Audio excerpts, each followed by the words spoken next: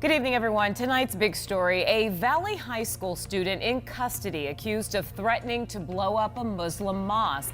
And if that's not bad enough, police tell 12 News that the student showed up to school with several pounds of potentially explosive powder. Really scary situation. Team 12's Ryan Cody is live out at Pinnacle High School tonight with the latest facts. And Ryan, this doesn't seem like it was just an idle threat.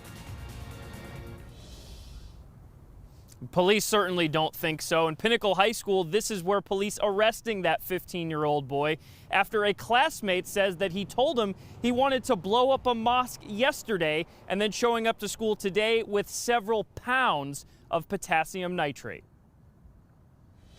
Had this chemical, had made the statement the night before, and of course that's why we take this very seriously. A bomb squad investigating a white powdery substance at Pinnacle High School, where Phoenix police say a 15-year-old boy telling a classmate he wanted to blow up a, quote, Muslim church the day before. Statements were not specifically aimed at any church that we've been able to find. It was just that he said he wanted to blow up a Muslim church. The same classmate noticing several pounds of white powder in the 15-year-old's bag on Tuesday and immediately telling someone in the office. Bomb squad checked that powder and it was found to be or believed to be potassium nitrate.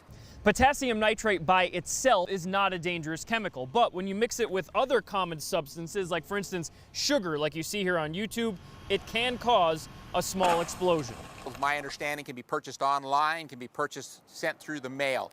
So that lets you know that it's in and of itself, it doesn't pose that danger. The teen is in custody facing questions from investigators, but it's too early to know what charges he might face. Stating that a person wants to blow up a church or a house of worship is one thing.